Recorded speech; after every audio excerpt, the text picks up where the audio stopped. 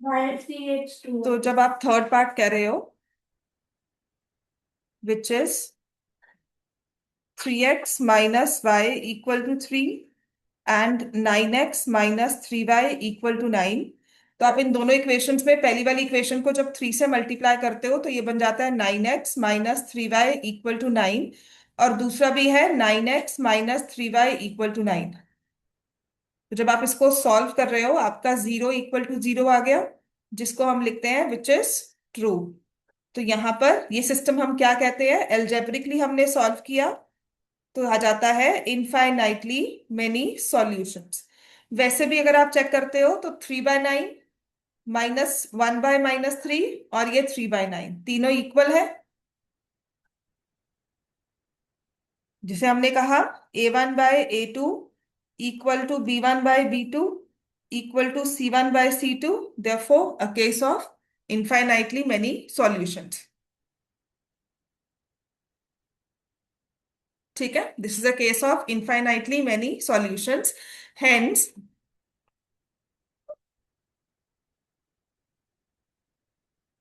आपने इसको सॉल्व कर लिया, आप सब्स्टिट्यूशन से कहो या जैसे मर्जी कहो, आपके पास आंसर आ गया है।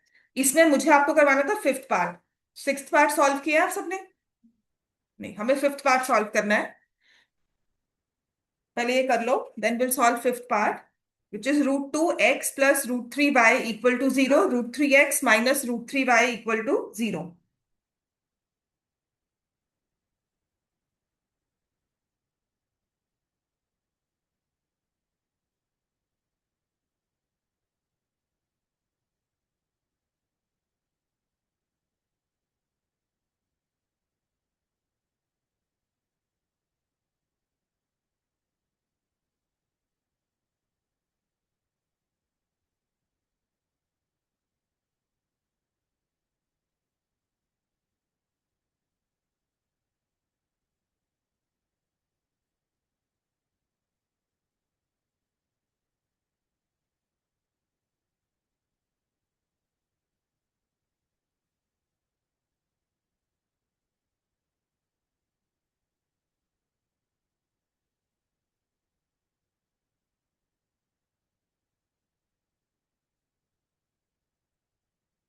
हो गया, हम सबने लिख लिया ये। अब नेक्स्ट हमारे पास है ऐसा क्वेश्चन जहां पर अब ये मल्टीपल लेवल में हमें क्वेश्चन दिया हुआ है, क्योंकि एक तो इसके जो कोएफिशिएंट्स है वो स्क्वायर रूट में है। तो नंबर्स तो होते हैं, हमें पता है, हमने नंबर सिस्टम में लास्ट ईयर √2 √3 किया ही था, तो ये हमारे पास नंबर्स अवेलेबल है। ऐसे ही दूसरी इक्वेशन है √3x - √8y = 0। अब अगर आपको इसको सॉल्व करना है, चाहे आप इसे एलिमिनेशन मेथड से करें, पिछली रिकॉर्डिंग चेक की है, पिछला कुछ देखा है तुमने? देख कर आना है, ठीक है, अपडेट किया हुआ है मैंने ग्रुप में, देख कर आओगे तभी फायदा होगा बेटा। ठीक है, सो √2x + √3y = 0, √3x + -√8y = 0। तो इसके बारे में आपको एक चीज और मुझे समझानी है। ठीक है, तो ऐसे क्वेश्चन में अगर आप चेक करोगे, हमें दिया हुआ है एक x का कोएफिशिएंट, एक y का कोएफिशिएंट और 0। कांस्टेंट टर्म इस क्वेश्चन में नहीं है, नहीं है ना? तो लास्ट ईयर आपने जब किया था लीनियर इक्वेशंस इन टू वेरिएबल्स के ग्राफ को सॉल्व किया था और हम समझते थे, हम कल क्यों नहीं आए थे? जे साइंस की वजह से तूने कभी छुट्टी मारी है किसी ने भी? मैं ना सच्ची बताऊं, मैंने ना निकाल के बाहर रखना है, मैंने बिठाना नहीं है। और प्लस तुम्हारी ड्यूटी ये बनती है उसके बाद पूछना कि क्लास में क्या काम हुआ, और वो रिकॉर्डिंग अपलोड होती है तो आपको उससे देख कर आना। ठीक है, आपका अपडेट काम रखो, मुझे अप टू डेट काम सबका चाहिए, और होमवर्क जो भी क्लास में हो रहा है वो अपडेट चाहिए। कल आपका टेस्ट है, जितना क्लास में काम किया है, जितने क्वेश्चंस एनसीईआरटी के जितने भी एक्स्ट्रा मैंने करवाए हैं, उन्हीं में से हमने कल टेस्ट लेना है। कल की कल क्लास में टेस्ट चेक होकर आपको मिल जाएगा। ग्राफ पेपर लेकर आने हैं, ग्राफ कल मैं ड्रॉ करवाऊंगी आज टेस्ट। नहीं लेकर आओगे अपनी स्केल पेंसिल लेकर आना, ग्राफ पेपर मैं दूंगी, पर कल टेस्ट है। और अगर कल मिस मारा ना फिर देखना। चलो पढ़ो। अब इस केस में ना एक हमारे पास रिजर्शन रीजनिंग का क्वेश्चन भी है, मैं अपनी रजिस्टर लेकर आऊंगी, वहां से मैं लेकर नहीं आ रही, वो रिव्यू फिर आ जाएगा। ठीक है ना, तो वहां से क्वेश्चन लेके, that's a very interesting question, because यहां से ना उससे काफी क्लैरिटी मिलती है। तो इस चीजों को हम दोनों को इकट्ठे लिखेंगे आज, ठीक है। तो यहाँ पर हमें फिफ्थ पार्ट लिखा हुआ है, solve the following pair of linear equations bye substitution. Method को छोड़ देते हैं। तो इस क्वेश्चन में और बाकी सभी क्वेश्चंस में क्या फर्क था, यहां पर हमारे पास कोएफिशिएंट्स में आ गए हैं इरेशनल नंबर, ठीक है ना। है तो वही नंबर, एलिमिनेशन करनी है, सब्स्टिट्यूशन करनी है, वही करोगे। बट एक चीज जो हम नोटिस करेंगे यहां पर, कि इसके पास कांस्टेंट टर्म नहीं है, सी नहीं है, ठीक है। तो ऐसी इक्वेशन जिसके पास कांस्टेंट टर्म नहीं होती, उनमें स्पेशल क्या होता है, किसी भी इक्वेशन जिसके पास कांस्टेंट टर्म नहीं है, उसके बारे में, उसके ग्राफ के बारे में हम क्या कह सकते हैं। किसी को याद है लास्ट क्लास का, कि किसी भी इक्वेशन के पास अगर कांस्टेंट टर्म नहीं होती तो वो ग्राफ क्या बनता है उसका, दैट ग्राफ लिखो, linear equation with no constant term. एक मैथ क्लास में आके पेन ना लेकर आओ, पेंसिल, कल स्केल पेंसिल लेकर आए ना, फिर देखना। Linear equation in two variables, linear equation in two variables with no constant term,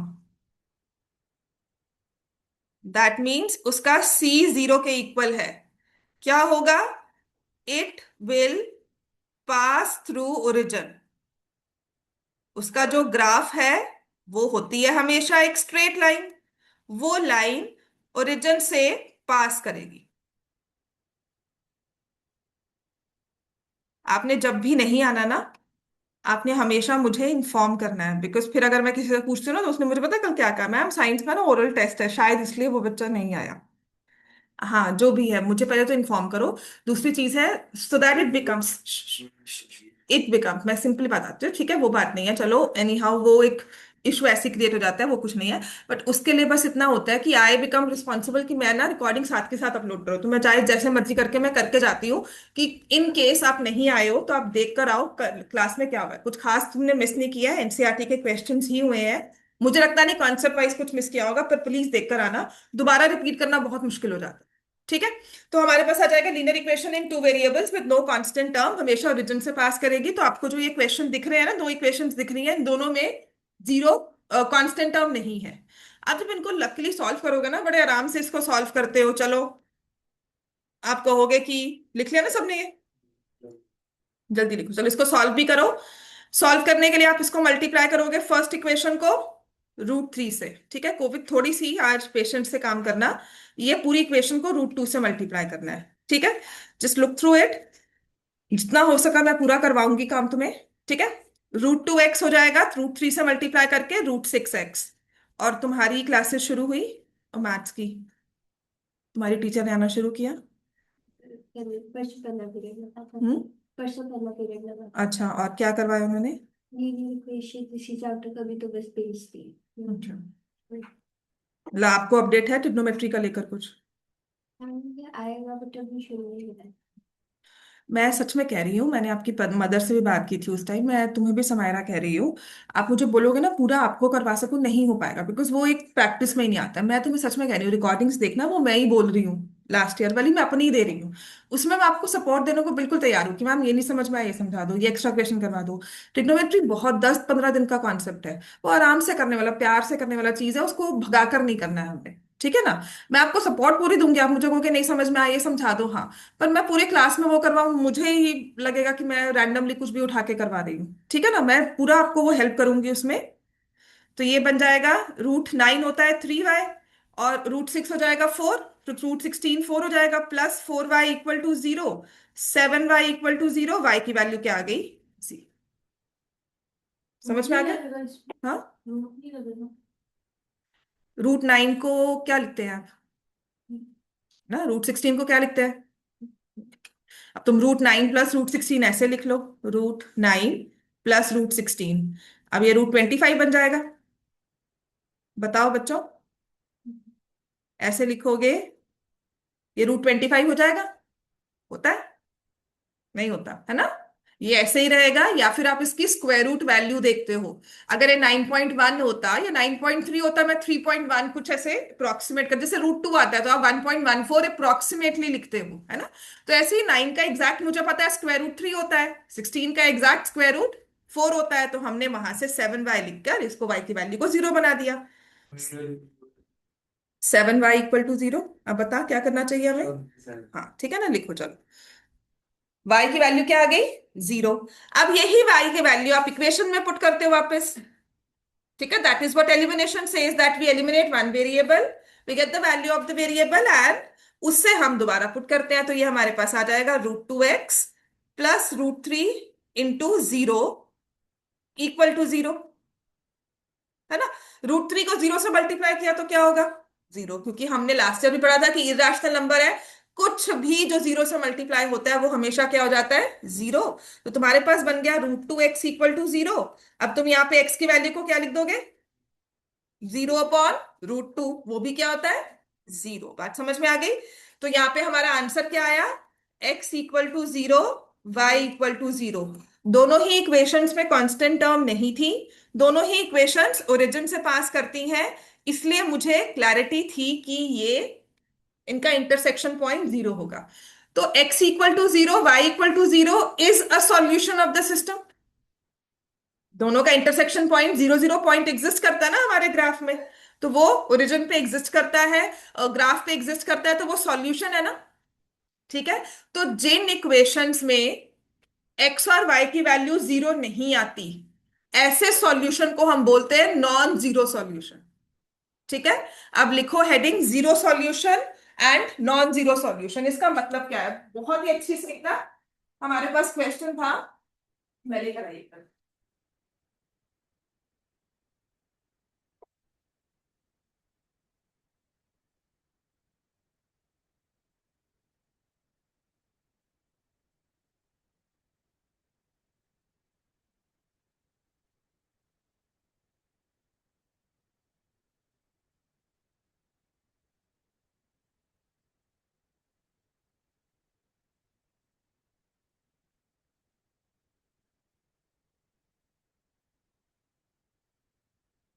जानते हो कि वो चीज बहुत ज्यादा ही अच्छी थी, पूरी दिमाग लगाना वही।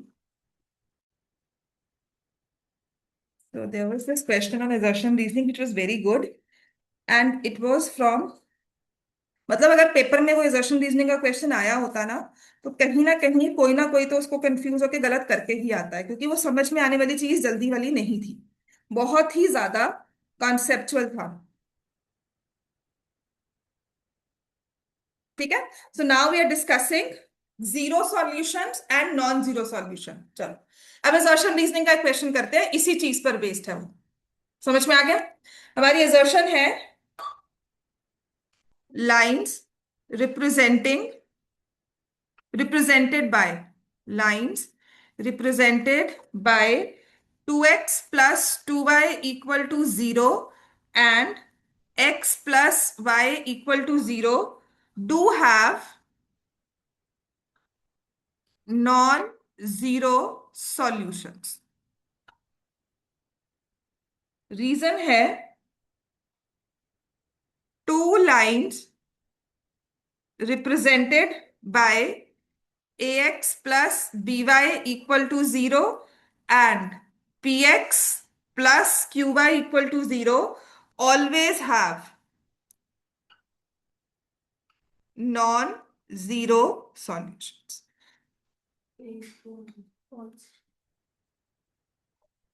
ठीक है। अब इस केस में जो हमने क्वेश्चन सॉल्व करना है, लिखो, इसमें दो तीन चीजें समझनी है। एक हमारे पास है नॉन जीरो सॉल्यूशंस, और एक हमारे पास जो है वो इक्वेशंस दी हुई हैं। So what is meant by non zero solutions, non zero solutions होता है जहां पर आपको एक्स और वाई की वैल्यू 0 नहीं मिलती, x = 0, y = 0 ऐसा नहीं है। ठीक है, राइट। नॉन जीरो सॉल्यूशन समझ में आ गया।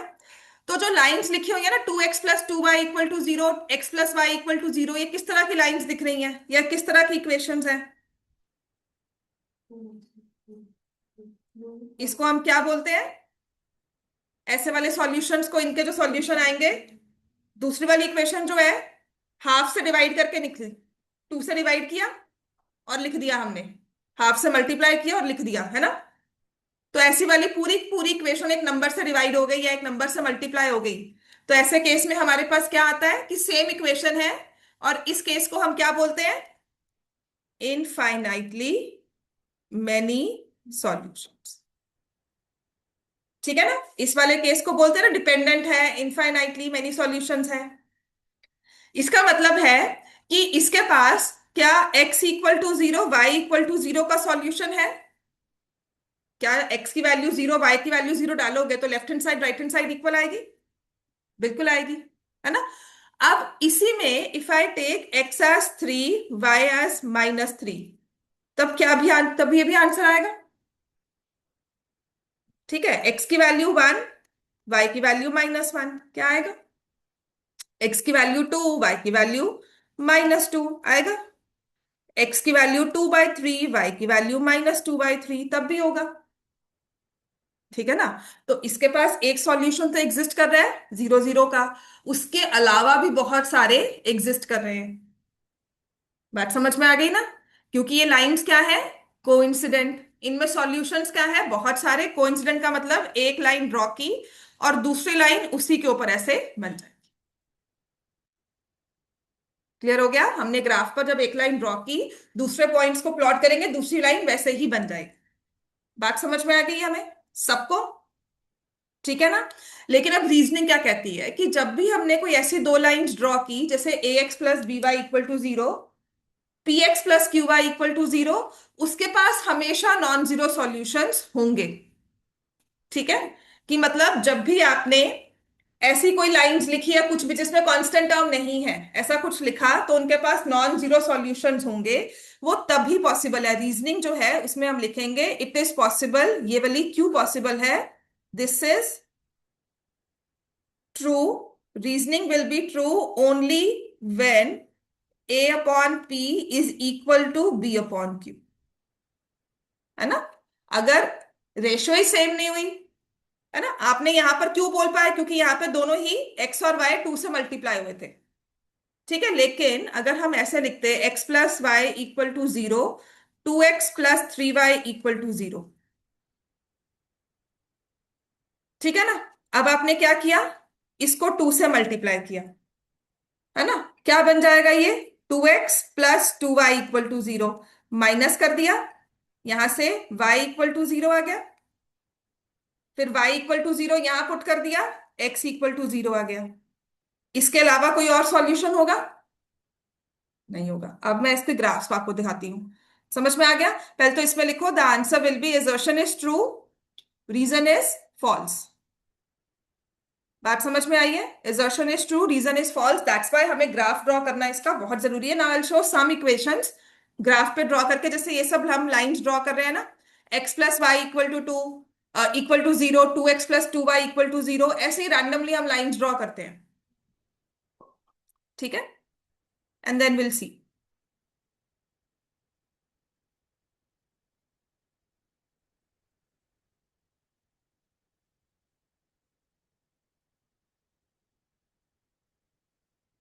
तो ये ना हमारे पास ग्राफिंग कैलकुलेटर होता है। आप कोई भी ग्राफ ड्रॉ करते हो ना, कोई भी इक्वेशन यहाँ लिखते हो, तो हमारे पास साथ में ग्राफ ड्रॉ करा जाता है। तो मैं सबसे इजी आपको लिख रही हूँ, x plus y equal to 0, straight line बन गई। x plus y equal to 0 लिखा, दिख रहा है ना यहाँ पे आपको, मैंने x plus y equal to 0 लिखा और ये स्ट्रेट लाइन बनकर आ गई, है ना। इसमें 0 0 भी पॉइंट है, आप चेक करोगे, 1 1 भी है, देखो 2.1, 2.01, बहुत सारे पॉइंट्स हैं, है ना, ग्राफ बनकर आ गया। अब ऐसे ही मैं नेक्स्ट लिख रही हूं, 2x plus 2y equal to 0, क्या हुआ, ये शो कर रहा था कि ब्लू से लाइन बनेगी, ये ब्लू से बन गई ना, वही लाइन। अब मैं यहां पर आऊंगी, जब इसको लिखूंगी रेड के साथ, तो ये रेड से आ गया। ठीक है, यहां पर आया, इसको सिलेक्ट किया तो ब्लू से हो गई, वही सेम लाइन है, कुछ फर्क है। ठीक है, a single line, a single line, एक पाथ वही ट्रेस हो रहा है ना। लेकिन उसकी इक्वेशंस दो तरह से लिख दी। उसी इक्वेशन को अगर मैं 3x plus 3y equal to 0 लिख देती हूँ, अब क्या हो गया, वो ग्रीन कलर की लाइन बननी शुरू हो गई। यहां जाऊंगी तो वो ब्लू होगा, इसको सिलेक्ट करूंगी तो वो रेड होगा, यहां करूंगी तो 3x। मतलब मैं सेम इक्वेशन को ही बार बार बोल रही हूँ, पाथ वही ट्रेस हो रहा है। बात समझ में आ गई? हाँ, आ जाएगा, ये ले।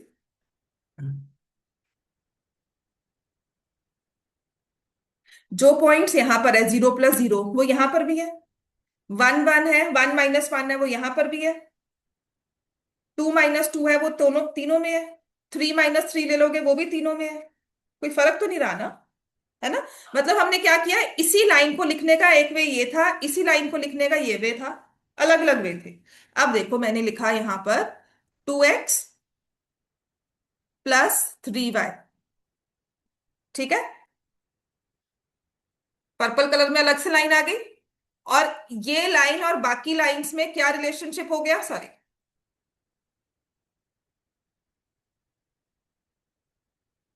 ग्रीन कलर में लाइन आ गई ना ये वाली। ये लाइन है ग्रीन कलर में, 2x + 3y = 0। पहली वाली रेड कलर की x + y = 0। कहाँ इंटरसेक्ट कर रही है, x + y। तो इनफाइनाइटली में क्या है कि वो लाइंस बहुत सारे पॉइंट्स पे इंटरसेक्ट करे, क्योंकि वो एक के ऊपर एक है, उनमें सारे ही पॉइंट्स कॉमन है। लेकिन यूनिक सॉल्यूशन में सिर्फ एक ही पॉइंट होगा। और इस केस में जहां कांस्टेंट टर्म नहीं है दोनों ही इक्वेशंस में, origin will be the intersection point. दोनों में ही कांस्टेंट टर्म नहीं था, इसलिए ओरिजिन आया। ठीक है, तो कोई भी इक्वेशंस के जीरो सॉल्यूशंस तभी होंगे, जीरो सॉल्यूशन तभी होगा जब वो लाइंस का यूनिक सॉल्यूशन है। समझ में आ गया? जीरो सॉल्यूशन तभी होगा जब जीरो है। अगर जीरो के अलावा भी बहुत सारे सॉल्यूशंस है, मतलब वो इनफाइनाइटली मेनी सॉल्यूशंस वाला केस आना चाहिए। बात समझ में आ गई? इस चीज को लिख लो, इसको दोबारा से स्टडी करेंगे, आगे भी पढ़ेंगे। इतना हमें क्लियर है? ठीक है। सो यहां से अब एक चीज क्लियरिटी आ गई थी कि जीरो सॉल्यूशन और नॉन जीरो सॉल्यूशंस क्या होते हैं। जीरो सॉल्यूशन मतलब एक्स और वाई की वैल्यू जीरो आएगी दोनों, और नॉन जीरो मतलब इसके अलावा कुछ भी, मतलब x = 0 एंड y 2, उसको जीरो सॉल्यूशन नहीं माने। समझ में आ गया? चलो अब हमारे पास है सिक्स्थ पार्ट इसका।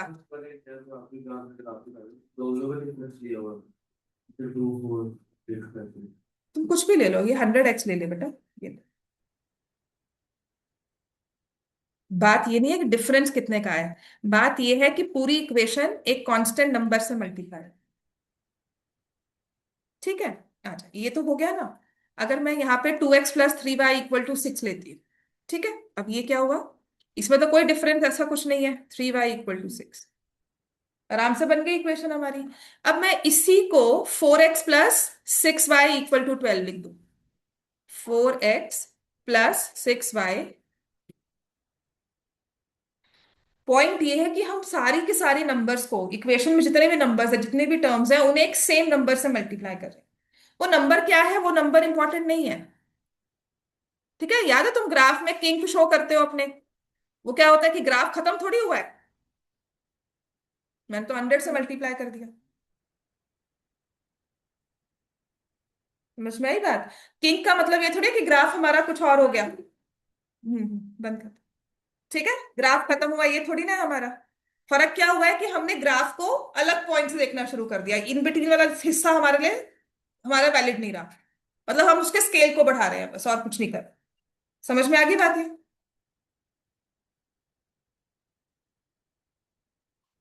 अब आते हैं हमारे पास क्वेश्चन नंबर, इसका आरबी सिक्स पार्ट हो गया था सबका? जल्दी बताओ तभी करवाऊंगी। सिक्स पार्ट तो क्लास में करवाया हुआ था, प्रबनुर हुआ था। हो जाएगा बच्चे, मुश्किल नहीं है, एक बार देख लो, because I really want to start with second question, और मैं स्टेटमेंट प्रॉब्लम्स थोड़ी बहुत सॉल्व करवा दूं आज की क्लास में, ताकि हमारा ना सिलेबस थोड़ा तो आगे बढ़े ना फिर। क्योंकि इसमें बहुत स्टेटमेंट प्रॉब्लम्स है, और मुश्किल वाली जो एक्चुअल पेपर में आएंगी वो करनी है। प्लस हमें इनफाइनाइटली मेनी सॉल्यूशंस की एक एक्सरसाइज जो डिलीट हो चुकी है, बिल्कुल इसमें से डिलीट कर दी, पर वो मुझे आपको करवानी है, क्योंकि उसके क्वेश्चंस आते हैं बोर्ड पेपर में भी, चाहे वो बेसिक हो चाहे वो स्टैंडर्ड हो।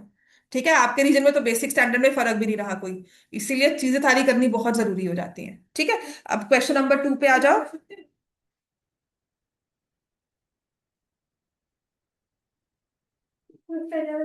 हाँ,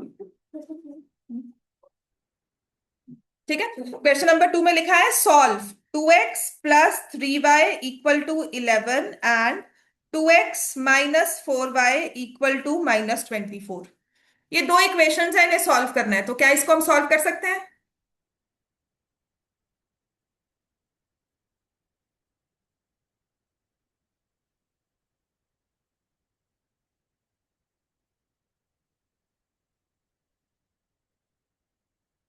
क्या इन दोनों इक्वेशंस को किसी को भी मल्टीप्लाई करने की जरूरत है?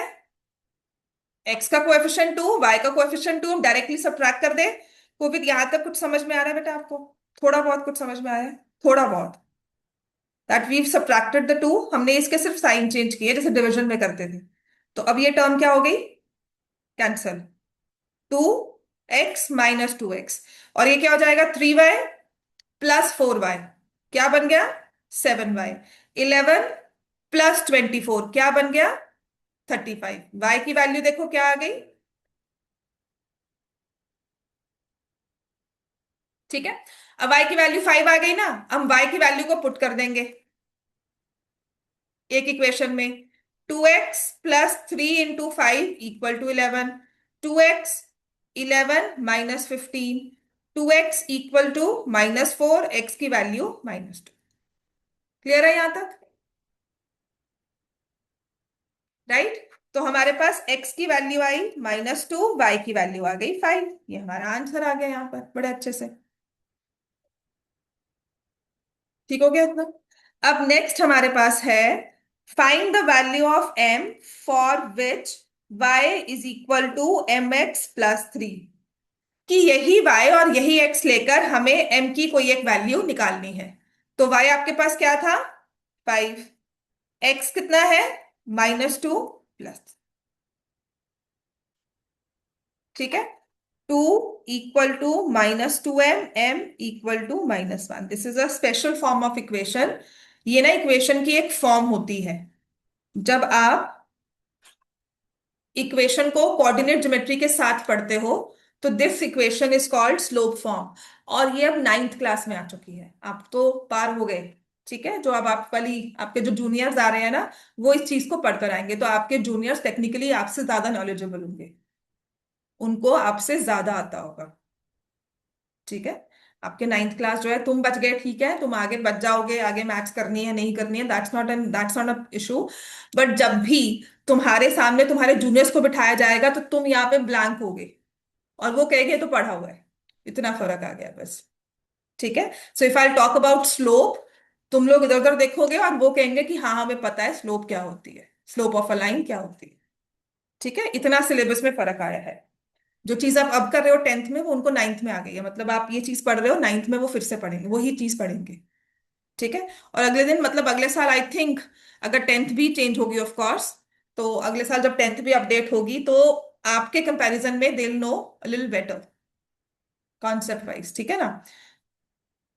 चलो नेक्स्ट आते हैं। तो सिर्फ फर्क पता कहाँ होता है, कॉम्पिटिशन्स में उनको बहुत एडवांटेज मिल जाता है। आप कुछ भी करो, किसी भी फील्ड में जाओगे ना, if even if you go for fashion designing भी जाते हो, वहां पे थोड़ी बहुत बेसिक मैथ्स होती है। ठीक है, ये इक्वेशन सॉल्विंग, रेशियोज के क्वेश्चन वहां थोड़े बहुत होते हैं। तो वहां पर जिसने मैथ्स की होती है, जिसको मैथ्स अच्छे लगते हैं ना, उसको एडवांटेज मिल जाता है, वो नंबर निकाल लेता है। आई हैड स्टूडेंट्स, मेरे पास ऐसे भी स्टूडेंट्स आते थे, कहते थे आईएएस करना है। ठीक है, और वो आकर एक दो महीने मैथ्स क्लास लगा के जाते थे कि बेसिक मैथ्स जो 10th वाली मैथ्स है वो सारी रिवाइज करवा दो। क्यों एक दो महीने लगा के जाएंगे कि वो सारी रिवाइज कराओ? कहते वो 10 क्वेश्चंस आते हैं, मुझे पता है वो मेरा एरिया स्ट्रांग है, वो मैं 10 नंबर अपने आराम से ले सकता हूँ एज कंपेयर टू वो होता है जो सिर्फ आर्ट्स करके आया होगा। बात समझ में आया कि वो क्वेश्चंस देखकर मुझे पता है कि अगर मैं पढ़ूंगा तो मेरे से सॉल्व हो जाएंगे, बस इतना एडवांटेज होगा। तुम बच गए या नहीं बचे ये तो मुझे नहीं पता, लेकिन उनको कहीं ना कहीं आगे जाके कॉम्पिटिशन्स में एडवांटेज मिलेगा ही मिलेगा। अगर आप करियर वाइज पढ़ रहे हो, आप करियर को बनाने के लिए कि मुझे चाहे लॉ ही करना है, लॉ में भी थोड़े मैथ्स के क्वेश्चंस आते हैं। जो बेसिक एंट्रेंस लॉ का एंट्रेंस टेस्ट होगा ना, उसमें थोड़ा बहुत मैथ्स आएगा। ठीक है, चलो question number 3। Form the pair of linear equations for the following problem, find the solutions by substitution method. तो किसी को ये मत कहना हम तो बच गए। ठीक है, अभी बच गए, आगे जाके फंस गए। चलो question number 3। The difference between two numbers is 26 and one number is 3 times the other, find them. दो नंबर्स का डिफरेंस कहा गया है। अब देखो जरूरी चीज क्या है, यहाँ नंबर्स का कैसे नंबर्स है ये नहीं बताया गया। ठीक है, क्या वो नंबर्स पॉजिटिव है, क्या नेगेटिव है। तो यहां पर हम क्या करेंगे, let the first number x, let the second number y. So the question says difference between, difference क्या होता है, plus sign minus sign, minus. तो दो नंबर्स हमने एक्स एंड वाई लिख दिए, तो डिफरेंस क्या हो जाएगा, x minus y equal to 0, equal to 26, sorry, x minus y equal to 26। ये हमारी पहली इक्वेशन बन गई। दूसरी लिखिए वन नंबर, वन नंबर मतलब हमने ले लिया x is 3 times the other, x equal to 3y। ठीक है, अब ये मैं आपको बिल्कुल स्टार्टिंग सिखा रही हूँ कि रॉ हैंड अगर मैं सॉल्व करूंगी तो आई गो बाय दिस, है ना, ऐसे करेंगे। अब x की जगह आपने क्या पुट किया, 3y minus y equal to 26, 2y is 26, y की वैल्यू क्या आ गई, 13। ठीक है, और अगर y की वैल्यू 13 आ गई तो x की वैल्यू क्या हो गई, 13। x की वैल्यू क्या हो गई, 39। बड़े क्लियरली समझ में आ गया।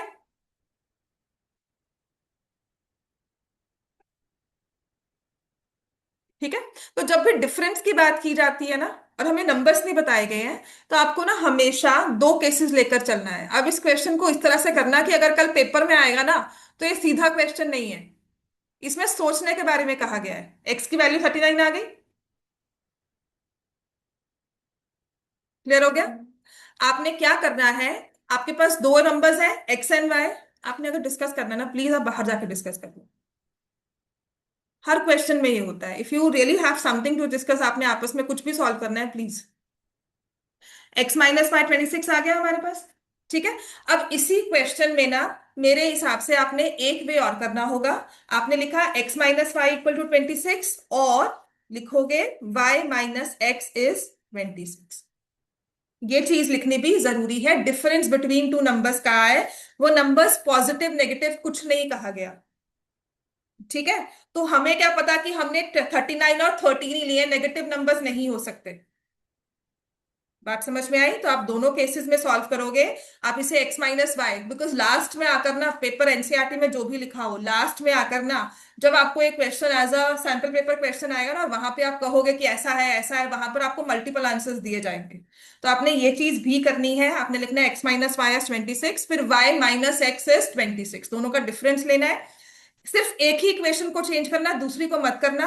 एक्स की वैल्यू क्या है, 3y, तो अब आप क्या लिख रहे हो, y minus 3y equal to 26। First case, second case. पहले केस को सॉल्व किया, केस वन सॉल्व किया, कौन सी इक्वेशन थी, x minus y 26, x equal to 3y। अब इसमें आपकी x की वैल्यू आई 39 और y की आई 30। ठीक है, ये आंसर आ गया। अब हम केस टू सॉल्व कर रहे हैं। आपने लिखा y minus x 26, y minus 3y 26, सिर्फ एक इक्वेशन को चेंज करते हैं, दोनों को नहीं। समझ में आ गया। अब आप इसमें ये नहीं लिखोगे y इक्वल टू 3x, एक इक्वेशन यही रखना, डिफरेंस वाली इक्वेशन को रिवर्स कर देना। ठीक है, तो हमारे पास -2y किसके इक्वल आ गया, -26, सॉरी +26, y किसके इक्वल आ गया, -30। ये वाली जो x इक्वल टू 3 वाली इक्वेशन लिखी है, ये तो ऐसे ही लिख दिया, ये तो जो y इक्वल टू 3x, क्योंकि तुम्हारा आंसर फिर से वही आएगा, 13 है 39। कोई क्वेश्चन कोई भी चीज क्या ये चेंज करके, तुम अगर x माइनस वाई कर रहे हो, तुम इसको y इक्वल टू 3x कर सकते हो, लेकिन दोनों में से एक करना। यूजुअली इसी को चेंज किया जाता है, बिकॉज डिफरेंस की बात कर रहे हो। ठीक है, यूजुअली डिफरेंस ले रहे हो ना, तुम्हें क्या पता तुमने कैसे नंबर्स को माइनस किया है। तुमने 13 माइनस 26 किया है, 26 माइनस 13 किया है। ठीक है ना, आपको नहीं पता, इसलिए डिफरेंस वाले को हम लोग चेंज कर लेते हैं। ऐसा एक क्वेश्चन एनसीईआरटी में है भी है, शायद वो डिलीट हो चुका हो, पुरानी वाली एनसीईआरटी में था, वो मैं आपको करवाऊंगी। नहीं है हमारे पास, which is your example number 10। ठीक है, बिल्कुल सेम है, x minus y, y minus 13 आ गया। बच्चे वाई माइनस 13 अब आपने यहाँ पुट करना है। आपने क्या लिखा, -13 minus x equal to 26, minus x is 39, x की वैल्यू क्या आ गई, -39। तो हमारे पास ना सेकंड केस, केस 2 में जहां पे हमने y माइनस एक्स 26 लिया था, x इक्वल टू 3y था, आपने x की वैल्यू निकाली -39 और y की वैल्यू निकाली -30। ठीक है, क्योंकि यहाँ पे 2 नंबर्स लिखा हुआ है। बात समझ में आई? 2 नंबर्स लिखा है, 2 पॉजिटिव नंबर्स नहीं लिखा, 2 नेचुरल नंबर्स नहीं लिखा हुआ। समझ में आ गया? तो आपको दोनों ही केसेस लेने पड़ेंगे। ये बिल्कुल स्मार्ट वे होगा करने का, इस क्वेश्चन को टैकल करने का, बिकॉज अभी तो तुम इसे कर दोगे, तुम्हें टीचर्स भी करवा देंगी। जब सैंपल पेपर में यही क्वेश्चन जब ग्रुप्स में घूमता है ना, थ्रू आउट टेलीग्राम चैनल्स में घूमेगा ना, सब कहेंगे नहीं नहीं इसमें आपने गलत किया है। वहां पर आकर तुम्हें सब कहेंगे, वहां पर ये होता है कि नहीं, this is also the answer because talking about 2 numbers and not 2 natural numbers. ठीक है, तो आपके पेयर्स हो जाएंगे 39 एंड 13, जिसका डिफरेंस इज 26, एंड -13 एंड -39, जिसका ऑल्सो डिफरेंस इज 26। समझ में आ गई बात है? ठीक है, नेक्स्ट लिखो second part. Difference of numbers में ध्यान रखना है, अंडरलाइन कर लो। डिफरेंस में टेक बोथ द केसेस, यहां पे लिख लो। फर्स्ट पार्ट है ना, इसी में लिख लो, बुक में डिफरेंस ऑफ 2 नंबर्स लिखा है ना, so take x minus y as 26। यही 2 इक्वेशंस लिख लो, चाहे पेंसिल से लिख लो, ताकि हर बार पढ़ो और याद रखो कि आपको x माइनस वाई 26 पे लेना होता है और y माइनस एक्स भी 26 के साथ लेना होता है। ठीक है, ये 2 इक्वेशंस चेंज करनी होती है, बस याद रखनी है इस चीज को। ये ही ना बस वो एज बनाएगा कि हाँ हमने अच्छे से पढ़ाई की है। इन चीजों को, छोटे छोटे पॉइंट्स को याद रखना है। ठीक है, अब आते हैं सेकंड पार्ट। सेकंड पार्ट ना मैंने लास्ट क्लास में बहुत बार करवाया होगा, सप्लीमेंट्री एंगल्स। कुछ याद आता है सप्लीमेंट्री एंगल्स के साथ? कौन से होते हैं? जिनका सम 180 होता है। और कॉम्प्लीमेंट्री कौन से होते हैं? 90 सम। अब ऐसे वाले क्वेश्चन को ना 2 वेरिएबल्स के सॉल्व करना बहुत ईजी हो जाता है। 2 एंगल्स की बात हो रही है, दोनों सप्लीमेंट्री एंगल्स हैं, तो इसमें ना बड़ा आसान होगा। Let one angle equal to x degree, let the supplementary angle, let the supplementary angle equal to y degree. अब क्योंकि ये सप्लीमेंट्री है, इनमें रिलेशनशिप क्या है? 180 सम है, तो कैसे लिखेंगे इसको इक्वेशन के साथ? x सम 180 है, तो क्या x plus y as 180 degree. मैंने आपको लास्ट क्लास में भी कहा था कि ये 2 वेरिएबल्स के साथ क्वेश्चन सॉल्व करना बड़ा आसान हो जाता है। सिंगल में मैंने क्या कहा था कि एक को x ले लो, एक को 180 माइनस एक्स लो, फिर सॉल्व करो। तो एक इक्वेशन मेरे पास बिल्कुल तैयार है। अब लिखा है larger of 2 supplementary angles. Larger जिस मर्जी को ले लो, मान लो लार्जर मैंने कहा y, larger of the 2 supplementary angles. दूसरी इक्वेशन क्या है? एक्सीड्स। एक्सीड्स का मतलब बड़ा है, तो ये बड़ा है ना y। कितना बड़ा है? 18 डिग्री। किससे? स्मॉलर से। y जो है छोटे वाले एंगल, जो कि क्या है x, 18 बड़ा है। y exceeds x by 18 degrees. इसको इक्वेशन बनानी है। y जो है x से 18 बड़ा है, इक्वल हो जाएगा। This is how a statement is converted to an equation. समझ में आ गया? y is equal to x plus 18। ये 2 इक्वेशंस बन गई। अब सब्स्टिट्यूशन से आप सॉल्व कर सकते हो। y की वैल्यू को x प्लस 18 यहां पुट कर दिया। तारिश समझ में आया? हाँ, चल लिख फटाफट से इसको। यहां से करोगे 162 डिग्री, x की वैल्यू आ गई 81। कुछ नहीं सोचना होता कौन सा है, आपकी इक्वेशन ही ना लार्जर स्मॉलर आपको बता देगी। x की वैल्यू 81 है, तो y की वैल्यू क्या हो जाएगी? 81 प्लस 18 विच इज 99 डिग्री। तो y की वैल्यू क्या आ गई? 99। अब काउंटर चेक कर सकते हो, लार्जर ऑफ द 2, लार्जर है 99। अपने सप्लीमेंट से, सप्लीमेंट क्या है? 81, उससे 18 बड़ा है। y इज इक्वल टू 99, 18 प्लस 81। हो गया? सारे हो गए। क्रॉस मल्टीप्लिकेशन वाले करते हैं। मैं करवा देती हूँ, आगे देख। नहीं ये तो चल छोड़े, तो मैं बाद में चेक कर लूंगी। इसके नेक्स्ट वाली एक्सरसाइज स्टार्ट कर, क्योंकि इसमें थोड़े डिफिकल्ट वाले ना, वो तो मैं करवाना शुरू कर दूंगी, जो इनको डिलीटेड हो चुके हैं वैसे। ठीक है, पहले यहाँ पर भी थे, एनसीईआरटी में भी थे, पर वो डिलीट हो चुके हैं। वो एक बेसिक करवाऊंगी इनको बस। ठीक है बेटा, सबको समझ में आ गया? है ना। सप्लीमेंट्री एंगल्स, अब यही कॉम्प्लीमेंट होता 90 डिग्री एंगल लेते, लेकिन सॉल्व इसको ऐसे ही करते। अब आ जाओ third part. Third part solve करना आपके लिए बहुत ही ज्यादा आसान है। लिख लिया बेटा? समझ में आ गया? हाँ, थर्ड पार्ट कर चलो। थर्ड पढ़ो। The coach of a cricket team buys 7 bats, 6 balls for 3,800. Later, she buys 3 bats and 5 balls for 1,750. Find the cost of each ball and each bat.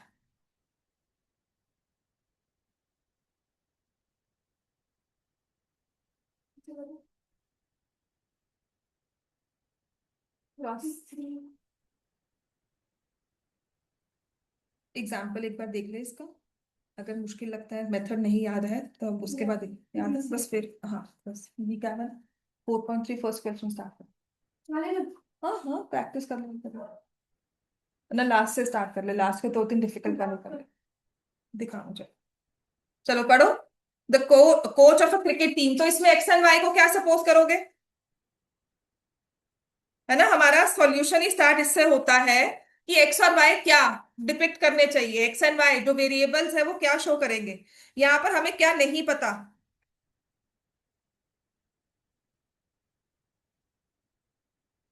ये कर ले जाओ काफी। बताओ बच्चों, क्या नहीं पता हमें? Cost of a ball and bat. पहले बैट का हुआ है, तो जब आप सपोज भी करोगे ना, cost of a bat he suppose, ball पहले बैट का हुआ है ना, बैट को पहले एक्स लेंगे, ठीक है, and then will take ball as y. So let the cost of one bat rupees x. Let the cost of one ball rupees y. समझ में आ गया ना? हमारा लीनियर इक्वेशंस का ऐसा वाला क्वेश्चन स्टार्ट ही इसी पॉइंट से होता है कि एक्स एंड वाई लेना क्या है। ठीक है, उसके बाद अकॉर्डिंग टू द क्वेश्चन, कोविद क्या इसमें इक्वेशन बता सकते हो आप बेटा, क्या बनेगी? 7x plus 6y equal to 8. ठीक है, ये समझ में आता है ना सबको? 7x + 6y 3,800। ठीक है, और दूसरी इक्वेशन तारिश बता बेटा।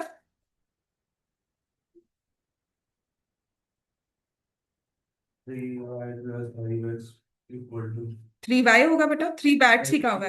हाँ, 3x तो यूजुअली ना ध्यान रखना होता है, और जो पहले आपको वेरिएबल दिया है ना आपने तभी लेना है। तभी मैंने कहा बैट को x लो, क्योंकि बैट पहले दिया जाएगा।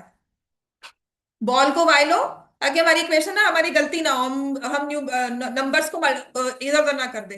ठीक है, अब ये दो इक्वेशंस है, अब इसको सॉल्व करना है। गो बाय सब्स्टिट्यूशन और बाय एलिमिनेशन, वो आपकी मर्जी है। यहाँ लिखा चाहे जो मर्जी हो, है ना। पेपर में नहीं लिखा आता है, लिखा आएगा तो कर ही देंगे। यूजुअली पेपर में ये फोकस नहीं होता कि इस मेथड से ही सॉल्व करना है। ठीक है, यूजुअली पेपर में नहीं होता। तो इसको क्या करें, एलिमिनेशन कर ले। किससे मल्टीप्लाई करोगे इसको? 3 से। चलो वेरी गुड। हम एक्स को एलिमिनेट करें, इसको करेंगे 7 से। तो क्या बन जाएगा? 21x, 6 3 18y, मल्टीप्लाई होकर ये हो जाएगा 11 4 ठीक है, ऐसे ही 21x plus 35y, 0 5 2।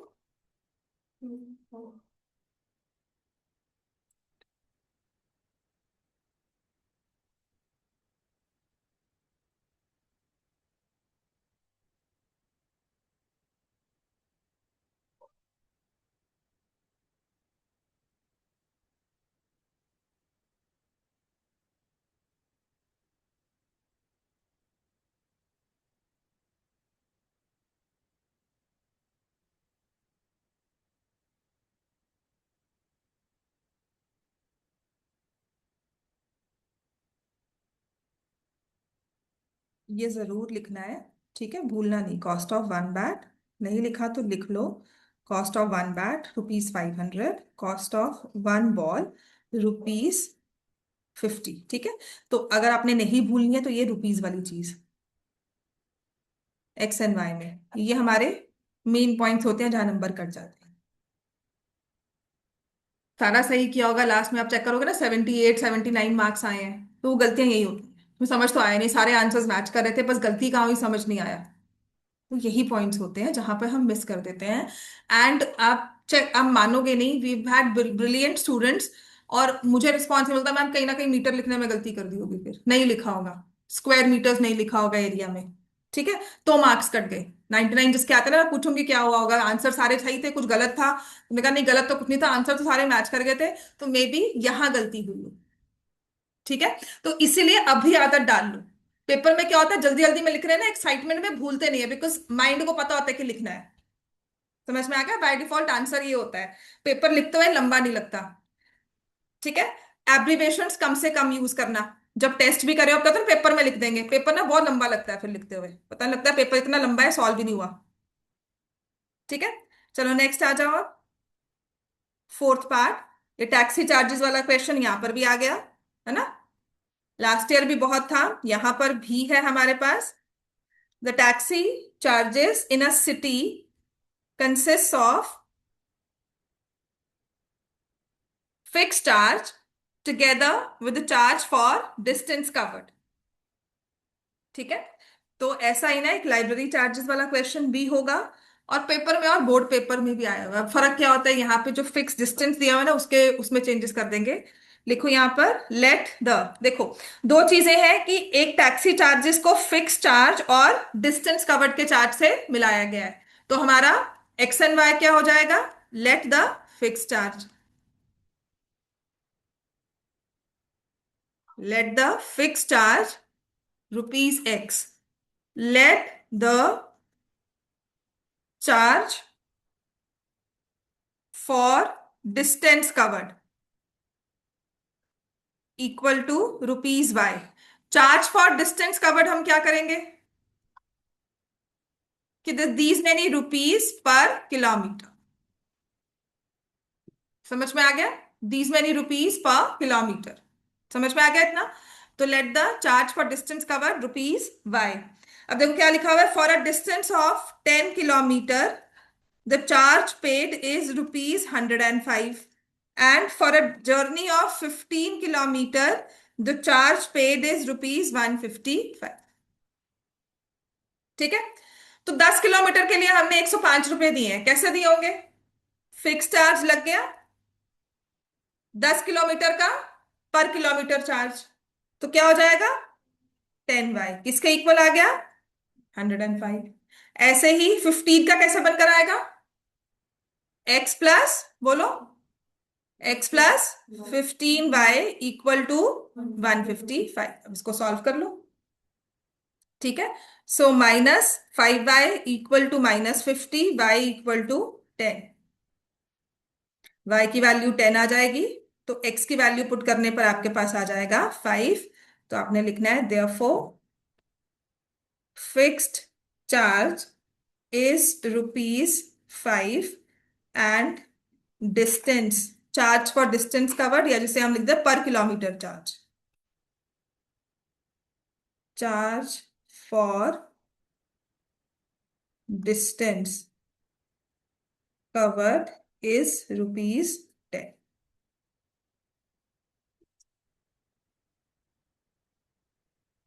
Fix charge rupees 5, charge for distance covered is rupees 10, ठीक है। लेकिन क्वेश्चन यहां खत्म नहीं होता, लेकिन क्या कहा है क्वेश्चन में आगे, how much does a person pay for travelling a distance of 25 kilometre, how much does a person pay for travelling a distance of 25, तो वही बच्चे को अगर 25 किलोमीटर ट्रैवल करना है तो क्या चार्ज होगा बताओ, फॉर 25 किलोमीटर्स फिक्स चार्ज कितना है 5, और पर किलोमीटर चार्ज कितना है 10। तो इस 25 को किससे मल्टीप्लाई करना है 10 से, कितना हो जाएगा 250, तो कितना बन जाएगा रुपीज 255, ये आंसर लिखना है। और फिफ्थ पार्ट पे आ जाओ, अ केस ऑफ फ्रैक्शंस, ठीक है, फिफ्थ पार्ट में फ्रैक्शंस बनी जा रही है।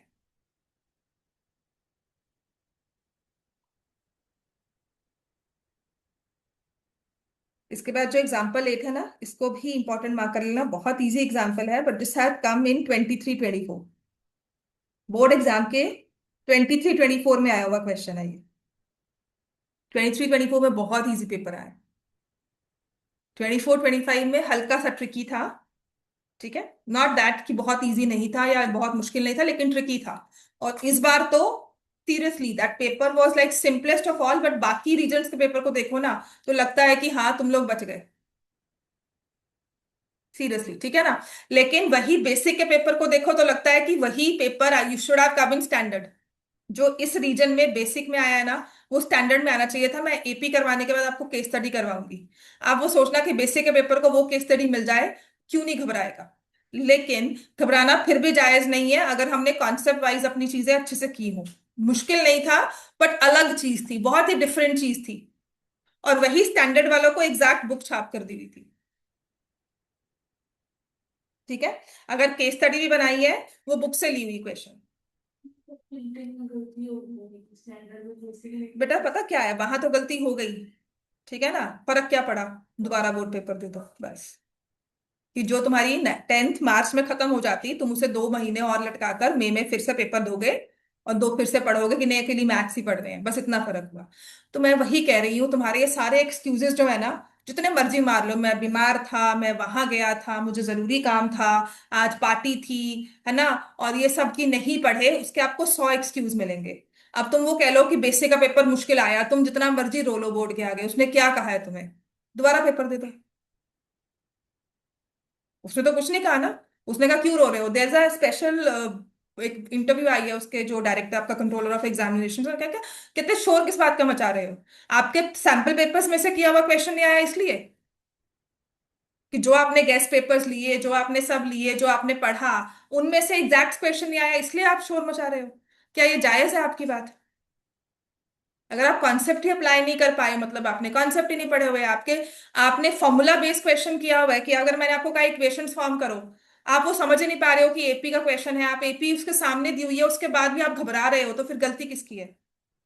ठीक है, और उसके बाद कहते हैं अगर फिर भी आप कह रहे हो गलती है तो दोबारा पेपर दे दो, इंप्रूव करो अपने आप को। बात समझ में आई? So that's why I am saying कि लास्ट ईयर का पेपर देखकर, अगर वो दिल्ली का पेपर जो सबसे हार्ड पेपर होता था ना, वो दिल्ली में जाता था। और अगर आपको मैं सबसे हार्ड पेपर दिखाऊंगी ना, ओवर ऑल द 5 सेट्स जो आए हैं थ्रू आउट इंडिया, फॉरेन में या कहीं भी इनके गल्फ में जो भी स्कूल्स हैं सीबीएसई के, वहां पे जो एग्जाम आता है, राइट, उसके हिसाब से अगर आप देखोगे, सबसे डिफिकल्ट वाला मैं सेट आपको करवाऊंगी। अगर सच में वो पेपर आया होता तो तुम्हारे होश उड़े होते, और वो इस बार देहरादून रीजन में आ गया था। यूजुअली वो दिल्ली में आता है। ठीक है ना। तो मेरे को तो डर सबसे बड़ा इसलिए है कि अगर ऐसे ही उन्होंने रैंडमली ही डालना शुरू कर दिया और कल तुम्हें वो पेपर मिल गया ना, तो तुम्हारा क्या हाल होगा? ठीक है। अब इसमें ये नहीं है कि नंबर नहीं आएंगे, ये होगा कि जो सोचा हुआ है वो नहीं आया बस। इसलिए शोर मचाने की बात नहीं। और दूसरी चीज है, हमेशा ये प्रिपेयर रख के रखना, जब तक हमारे 2 बोर्ड एग्जाम्स है ना, ये प्रिपेयर करके चलना कि पहले वाला पेपर थोड़ा टेढ़ा तो होगा ही होगा, तभी सेकंड देंगे आकर। ठीक है ना, बोर्ड को जस्टिफाई करने हैं ना 2 पेपर्स क्यों है। तो पहला पेपर मैंने बच्चों को कहकर भेजी थी, मैंने कहा आप ये मत मानकर चलना कि पेपर इजी आएगा, जो क्योंकि हमारा बोर्ड का सेकंड एग्जाम उन्होंने मई में तैयार रखा हुआ है कि नहीं आपको सेकंड पेपर दे सकते हो, ऑप्शन दिया हुआ है, तो थोड़ा डिफिकल्ट डालेंगे। ये सोचकर कि इस यहाँ थोड़ा खराब होगा, आप सेकंड अटेम्प्ट देना कोशिश करोगे, आपको मन होगा कि सेकंड बार एक बार फिर से कर ले। समझ में आया? लेकिन अगर तुम वो 2 महीने दोबारा पढ़ने को तैयार हो, वो तुम्हारी अपनी चॉइस है। ये नहीं मुझे फिर से मार्च के बाद 10th पढ़नी है, 2 महीने वही सब्जेक्ट पढ़ना है दोबारा से। ठीक है ना। जो कि पता क्या होता है, मूड ही नहीं होता। अब मुझे कहो ना कि पुरानी वाली 10th मेरे पास आकर के मैम टेस्ट लेते रहो, तो मेरा ही मन नहीं करेगा कि दोबारा से उनको पढ़ाऊं वही सब चीजें। ठीक है, चलो आ जाओ, फ्रैक्शन बिकम्स 9/11। सो और कुछ नहीं करना है, एक फ्रैक्शन दी हुई है, आपने रेगुलरली पढ़ना है। देखो, हफ्ते के 7 दिन में से अगर आप 5 दिन डेडिकेटेडली पढ़ लेते हो ना, अभी टिल सितंबर, डेडिकेटेडली 5 दिन, बिल्कुल मस्ती मारो, बिल्कुल छुट्टियां भी छुट्टी मारो बिल्कुल, पर छुट्टी के बाद अपडेट रहो। दूसरी चीज है, पार्टीज भी करो, घूम फिर कर भी आओ, मैं ये नहीं कहूंगी कि नहीं करोगे, इंजॉयमेंट भी करो, बट बैलेंस करके चलना, not at the cost of your studies की पढ़ना नहीं है। 5 दिन पढ़ाई करके बैलेंस कर लो, ये नहीं कहूंगी कि रोज की रोज मैथ्स पढ़नी है, लेकिन हफ्ते के 5 दिन तो कम से कम करना ही है, आधा आधा घंटा, एक एक घंटा मैथ्स करनी ही है। अगर वीक हो तो 1 घंटा पढ़ लो, अगर नहीं वीक हो तो आधा घंटा रिवाइज ही कर लो जस्ट कॉन्सेप्ट को। बिल्कुल आप एंड में आकर ये नहीं कहोगे कि कुछ नहीं आता। 70 मार्क्स कहीं नहीं गए पेपर में, सीरियसली, अगर रेगुलरली पढ़ते हो ना, 70 मार्क्स पेपर में आउट ऑफ 80 कहीं नहीं जाते। जो ये सारा रोना पिटना हो रहा था ना, वो 80 on 80 लाने के लिए हो रहा था। समझ में आ गई बात? आप पेपर देखोगे, ये नहीं कि 68 नहीं आएंगे बच्चों को, बिल्कुल आएंगे। वो कह रहे 70s में नहीं आए, जो बड़े आराम से 80 80 आते थे वो अब 75 रह जाएंगे। ये रोला पड़ा है बस, और कुछ नहीं। ठीक है। तो जब फ्रैक्शन की बात की जा रही है ना, तो फ्रैक्शन में हमारे पास दो चीजें होती हैं फ्रैक्शन को जो बनाती है, एक होता है न्यूमरेटर और एक होता है डिनोमिनेटर। तो जब भी फ्रैक्शन का क्वेश्चन आएगा, आपने हमेशा क्या लिखना है? Let the numerator equal to x, let the denominator equal to y. Therefore, fraction equal to x upon y.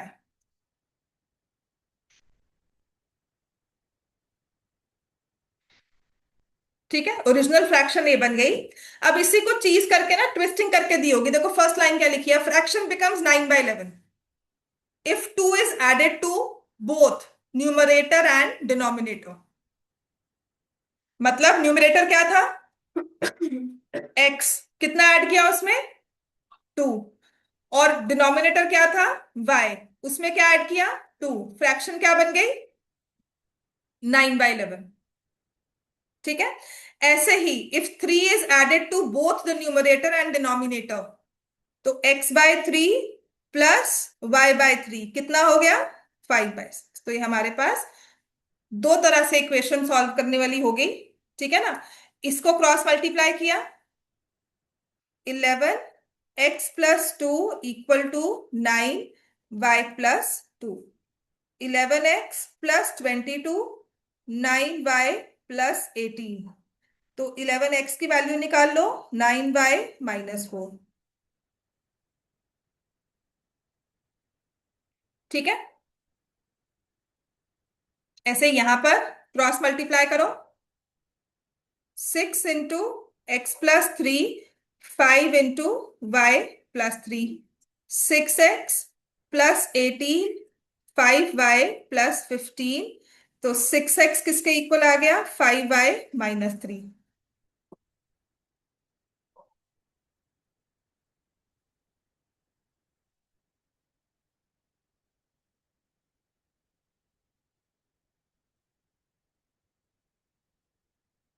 ठीक है, ये आ गया 6x इज 5y-3। अब इन दोनों को सॉल्व करना है। जिस भी मर्जी मेथड से, आपके पास सारे मेथड्स आपके पास अवेलेबल हैं। सब्स्टिट्यूशन, एलिमिनेशन, जैसे मर्जी सॉल्व कर लो। ठीक है। तो अब हमारा फोकस ना सिर्फ इक्वेशंस फॉर्म करने में होता है, उसको सॉल्व किस मेथड से किया जाए वो नहीं होता। बात समझ में आई? हम सिर्फ इक्वेशंस को फॉर्म करने की सोच रखते हैं कि इक्वेशन फॉर्म हो जाए, सॉल्व तो कर ही लेंगे। बात समझ में आ गई? तो पहले की दो क्लासेस सॉल्विंग वाली जरूरी इसीलिए थी, so that we learn how to solve. फिर हमारा फोकस ना इसकी सॉल्विंग, अच्छा इसको कैसे करेंगे वो नहीं सोच रहे, इक्वेशन फॉर्म करने पे ज्यादा ध्यान है।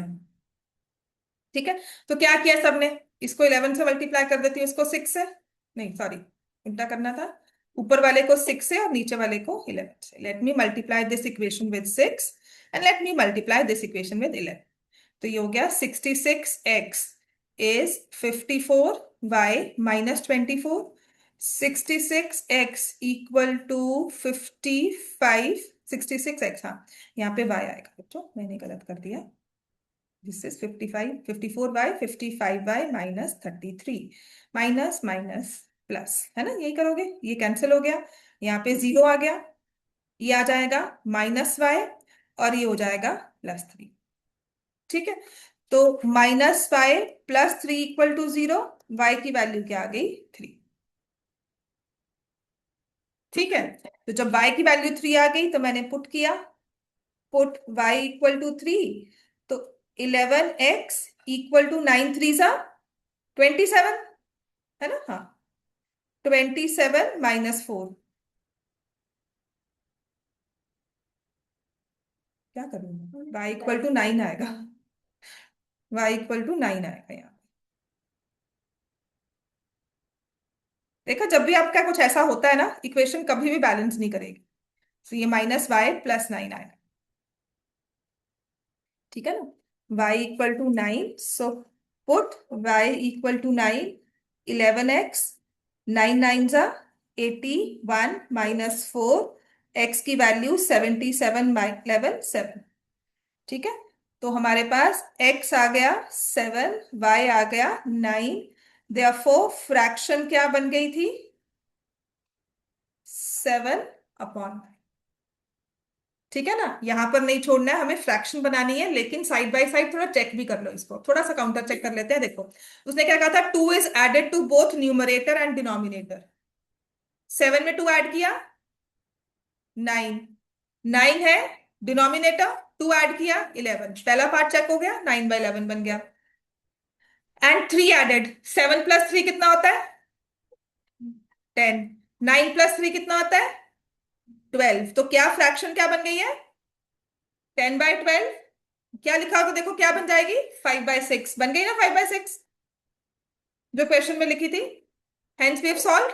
ठीक है, इसका बस लास्ट पार्ट है, पूरी एक्सरसाइज पूरी हो जाएगी, कर लो इसको। 6th part, 5 years hence the age of Jacob will be 3 times that of his son. 5 years ago Jacob was 7 times that of his son. What are their present ages? तो कल भी जब मैंने आपको एक प्रेजेंट एजेस वाला question करवाया था, लिख लिया बेटा ये सारा, है ना? हाँ, तो नेक्स्ट क्वेश्चन पढ़ा कर बेटा, फिर बोर्ड की जगह ना क्वेश्चन पे ध्यान दिया कर, उसको पढ़ना है। ठीक है, तो जब भी मैंने आपको नेक्स्ट क्वेश्चन, ये 6th वाला एज वाला क्वेश्चन करवाया था, मैंने आपको कहा था हमेशा आपको प्रेजेंट एज लेनी है। Let the present age of Jacob कितना हो गया? x years. Let the present age of son equal to y years। जो बंदा पहले दिया हुआ है ना, एज ऑफ जेकब लिखा हुआ है, तो उसको पहले ले लो x, और उसके बाद कंपेयर किससे किया हुआ है? सन से, तो उसको ले लो y।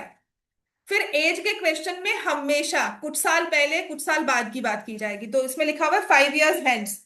5 years hence का मतलब पहला या बाद, आगे या पीछे?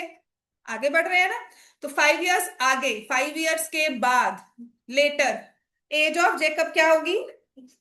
x + 5। age of Jacob will be x + 5 and age of son will be y + 5। बस ध्यान क्या रखना है, इसको ब्रैकेट्स में करके ईयर्स लिख देना। ठीक है, फिर हम लिखेंगे, अब देखो क्या लिखा है कि 5 साल पहले, 5 साल के बाद जेकब की एज उसके बेटे का कितना होगी? 3 गुना होगी। एज ऑफ जेकब आपने क्या ली थी? x + 5। विल बी का मतलब इक्वल टू 3 टाइम्स, मतलब 3 से मल्टीप्लाई हुआ क्या? सन की एज जो कि है y+। ये इक्वेशन बन गई। फिर है 5 years ago। 5 years ago का मतलब 5 साल पहले, बिफोर। तो एज ऑफ जेकब क्या हुआ? x - 5 years। एज ऑफ सन क्या हुआ? y - 5 years। और क्वेश्चन में लिखा है Jacob's age which is x - 5 was, मतलब equal to 7 times that of his son. तो आज का होमवर्क आपका यही होगा, ये इक्वेशन सॉल्व कर लेना और कल के टेस्ट के लिए प्रिपेयर रहना। ग्राफ का क्वेश्चन शायद सिर्फ आपको एक ही इक्वेशन दूं ग्राफ में ड्रॉ करने के लिए, बट आपका कल टेस्ट है, समझ में आ गए? कल क्लास टेस्ट